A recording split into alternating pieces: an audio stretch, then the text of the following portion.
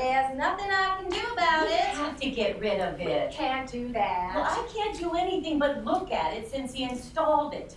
A light fixture with a bird inside. Look out the window. Look out the window, sure. That's easy for you to say because you might see birds or nature, but why do that when nature is here inside, hanging above us? I don't like this. You told me before. Well, and I'm going to keep telling you until we can Dirk gave it to us. Oh, so we have to keep it because it's a gift. It borders on ugly sweater status, don't you think? Except you can't wear it as a joke, so what good is it? Well, we should never have put it up. I think we should have told him that our ceiling wouldn't hold it or something, or maybe we were looking for something a little smaller than a raven. A hummingbird, perhaps. Crow. Is that smaller than a raven? That bird there is a crow. Well, that grandiose setting deserves a raven, I would think. I mean, a crow seems too simple for a piece of art. Dirk said it was a crow. Crow, raven, it's big, and it's black, and it's... Couldn't we just tell him that it broke? I mean, one of the grandkids was throwing a ball inside, and whoops! You don't have to look at Oh, it. kid, it's as big as the spare bathroom. How can I not look at it? Dirk would be hurt. We're living with a bird inside a light, and Dirk would be hurt? He has one too.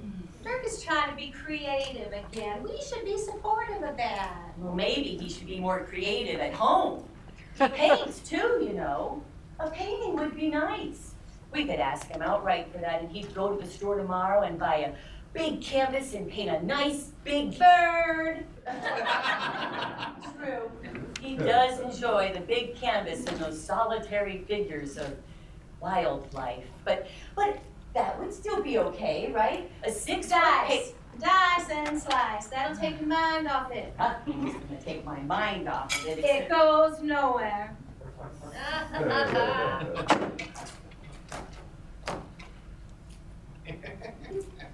Either it goes or I go. You wish. Just saying if you'd bite. You'd have to change your bark as well. You never did have much of either, which is perfectly fine by me, trust me. You want to try something a little less taxing? No, I like the chopping best. Take your time. We aren't in any rush, you know. Well, we are aiming for dinner, I thought. But beyond that, no rush. Even if it takes all day. We'll have a midnight snack by the fireplace tonight. Well, you laid everything out for me. That always saves us some time. Does that offend you? No, of course not. Not that. But something else? Yes. The bird, of course. Always back to the bird. Because I can't forget it. And that alone should be a monumental feat for me. But that accomplishment doesn't seem to hold for anything else as of late. But because the one thing I can't forget is this darn bird I can't get out of my head no matter how hard I try. I see it at night, kitten. I see it in the dark when I'm sleeping. I dream about birds and Poe. And you went on and on about how much you liked it. I do like it. But liking things and living with things are a little different. I was just trying to be encouraging when I saw Dirk's. Although I did think, unique. Again, I say ugly sweater. And you know what happens with those? You get one and then you get another. They multiply like rabbits. Before long, we're going to have an entire house filled with bird lights, and we won't be able to distinguish between the outside and in. Except those in will be well lit. That's true. We could just then take our walks inside from then on, couldn't we? Never have to leave the house. I thought this morning's walk was a very good one, didn't you? Yes, it was. Very nice. Walking's what you hear about, you know. It's like the new child on the milk carton, the elders say said. that. Well, it's true. A man goes out for a walk and never comes home. Happens all the time. But our walks feel so safe, kitten. I can't imagine they could be so where the wild things are. Everything seems to come back around in life. I never want our walks to end, kitten. I want them to go on and on and on. Like the one this morning? Yes, just like today. Our walk to the ferry terminal, stopping halfway across the walkway to sit and hold hands and look out across the water. That is my peace. That is my journey. Of course, now it's just to rest by the window and look out at the birds that were lucky enough to not be captured by Dirk and held captive in glassware. Walks like that are soup for the soul, indeed. We should make soup today, I think, to warm us completely. Do I like soups? Yes, you do. Especially now in the winter when it's cold and they add such a warmth to the day. You used to carry a thermos to work of the soups that we made. A big gray thermos made from what had to be the most non-destructible material ever known to man or womankind. We still have that. Oh, I'm sure we do.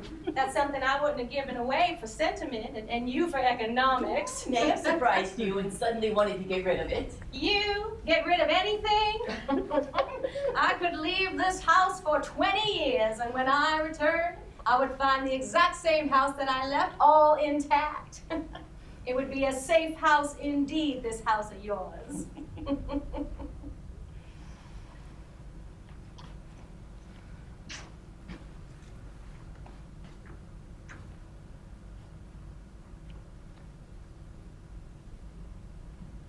None of that makes any sense anymore.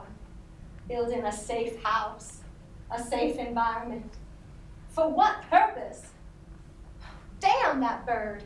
I never should have let him talk us into hanging. The bird is good. The bird is good. I mean, it's a decent light. I like that sort of thing. It's like living on the set of Psycho. I just can't hurt Dirk's feelings right now. I can't, and yet I did not want to make that change. I wanted to leave our old fixture there. I thought it would be best. Always thinking what's best for everybody but my own self. As if hanging that will make Dirk create more art. He should create just because he wants to create. And now I'm stuck with this bird hanging in my... Let's take it out. The light? The bird. We can't take out the bird. Isn't it glued in? The time to revolt is now. Glue or no glue? Aren't we in control of our own destiny?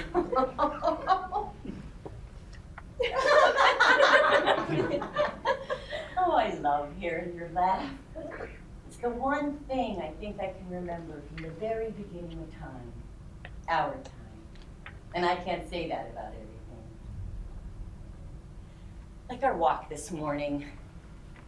I know we didn't take that, did we?